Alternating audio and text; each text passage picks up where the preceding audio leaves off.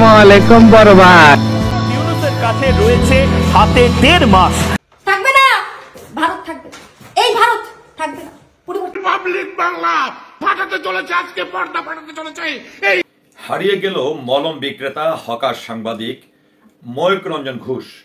অর্থাৎ ভারতের পশ্চিমবঙ্গের যে রিপাবলিক চ্যানেলটি রয়েছে, সেই রিপাবলিক চ্যানেলের যে সিনিয়র এডিটর রয়েছে, যিনি আসলে কখনো স্থির থেকে সত্য সংবাদ প্রকাশ করতে পারে না, বাস্তব সত্য কোনো ঘটনা কখনই তিনি উপহার দিতে পারে না, এমনই একজন সাংবাদিক এবং এমনই একজন ব্যর্থ সাংবাদিক যার নাম এই ধরনের অপপ্রচারের কারণে, ভুয়া তথ্যের কারণে কিংবা লাফালাফির কারণে নাম দেওয়া হয়েছে হকার কিংবা মলম বিক্রেতা সাংবাদিক।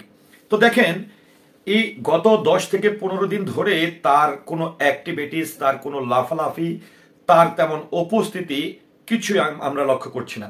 আমার মনে হলো তাহলে কি ময়ূক রঞ্জন ঘোষ তিনি কি হকারি করতে করতে হারিয়ে গেল? এবং সম্প্রতি আমি দেখি যে বাংলাদেশের একটি চ্যানেল আছে এবং এই চ্যানেলের যিনি কন্টেন্ট ক্রিয়েটর স্বপন, তিনি কিছু ভিডিও তৈরি করে থাকেন যে ভিডিওগুলোর সঙ্গে এই ময়ূক রঞ্জনের প্রত্যেকটি মুহূর্তের সঙ্গে মিল খুঁজে পাওয়া যায়।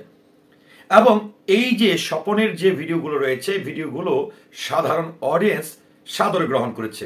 তো এই ধরনের ভিডিও কেন একজন সাংবাদিকের এই ফানি ভিডিওগুলো দর্শক কেন গ্রহণ করেছে, এর পিছনে কিন্তু নিশ্চয়ই কোনো কারণ আছে। কারণ একটি জিনিস আমি বলবো, ময়ূক রঞ্জন ঘোষ বাংলাদেশের মানে পরিস্থিতি খারাপ করার জন্য বাংলাদেশের অভ্যন্তরীণ বিষয়গুলো নিয়ে তিনি অপপ্রচার, ভুয়া তথ্য প্রচার এইগুলোই সারাক্ষণ করে যান। তো এই বিষয়গুলোকে যে বাংলাদেশের সাধারণ মানুষ বা জনগণ অপছন্দ করছে তা কিন্তু না। ভারতের সুশীল সমাজের মানুষ, ভারতের সচেতন মানুষ, তারাও কিন্তু এই ময়ূক রঞ্জন ঘোষের এই অপকর্মের বিরুদ্ধে কথা বলছেন, তার ভুয়া তথ্য সংবাদ প্রধানের বিরুদ্ধে তারাও কিন্তু মুখ খুলছেন এবং অনেকে প্রতিবাদও করছেন, এমনকি ময়ূক রঞ্জনের বিরুদ্ধে মামলা করার হুমকিও দিয়েছে। তো আমি ময়ূক রঞ্জন ঘোষ হারিয়ে গেছেন এমন শিরোনামে এই কন্টেন্টটি তৈরি করার পিছনে আমার মূল উদ্দেশ্য হচ্ছে, মানুষ কিন্তু এখন টেলিভিশন দেখে না, মানুষ এখন সামাজিক যোগাযোগ মাধ্যম, ইউটিউব, ফেসবুক, এই মাধ্যমগুলোর মাধ্যমেই কিন্তু বিভিন্ন তথ্য কিংবা সংবাদগুলো জানার চেষ্টা করে। তো এই যে মাধ্যমগুলো মানুষ এখন লুফে নিয়েছে কিংবা হাতে থাকা অ্যান্ড্রয়েড ফোনের মাধ্যমে মানুষ দেশ বিদেশের খবরগুলো জানতে চায়, সেখানে যদি ভুয়া তথ্য হয়তো একদিন গ্রহণ করবে, দ্বিতীয় দিন গ্রহণ করবে, তৃতীয় দিন গ্রহণ করবে, তারপর কিন্তু একটা সময় মানুষ কিন্তু বিরক্ত হয়ে যাবে এবং মানুষ সেই সংবাদ বা যে মাধ্যমটিতে এই ভুয়া তথ্যগুলো প্রচার করা হয়, ভুয়া সংবাদ প্রদান করা হয়, সেই মাধ্যমটিকেও কিন্তু তারা আস্তে আস্তে ঘৃণা করা শুরু করবে কিংবা তারা প্রত্যাখ্যান করা শুরু করবে। তো আমরা সম্প্রতি দেখতে পাচ্ছি যে ময়ূক রঞ্জন ঘোষ ভারতের পশ্চিমবঙ্গের যে রিপাবলিক চ্যানেলের মলম এবং হকার যিনি রয়েছেন, মলম বিক্রেতা কিংবা হকার সাংবাদিক রয়েছেন, তাকে আমরা এক প্রকার বলতেই পারি যে একদম প্রত্যাখ্যান করেছে। কারণ যে জিনিসটা তিনি প্রচার করেন সেই জিনিসটি তার এই চ্যানেল কিংবা তার এই মুখের পরে কোথাও কোনো সত্যতা খুঁজে পাওয়া যায় না, যার ফলে আস্তে আস্তে কিন্তু এই ময়ূক রঞ্জন ঘোষ হারিয়ে যাচ্ছে। বাংলাদেশের সচেতন মানুষ, ভারতের সচেতন মানুষ তাকে প্রত্যাখ্যান করেছে। তো সেই প্রেক্ষাপটে বলতেই পারি যে ময়ূক রঞ্জন ঘোষকে খুঁজে পাওয়া যাচ্ছে না। কারণ যখন আস্তে আস্তে মানুষ তাকে অপছন্দ করা শুরু করবে, তার সংবাদ দেখা প্রত্যাখ্যান করবে, তখন কিন্তু একটি সময় তিনি হারিয়ে যাবে। সো আমি মনে করি প্রত্যেক কন্টেন্ট ক্রিয়েটররা যারা আসলে দেশ বিদেশের সংবাদগুলো প্রচার করে থাকে বা সাধারণ মানুষের কাছে উপস্থাপন করে থাকে, সেখানে স্বচ্ছতা অনেক বেশি দরকার। তো ময়ূক রঞ্জন ঘোষকে নিয়ে আমি বরাবরই বলি যে তিনি এই কারণেই হকার কিংবা মলম বিক্রেতা হয়েছে, যার সংবাদে কোনো সত্যতা নেই।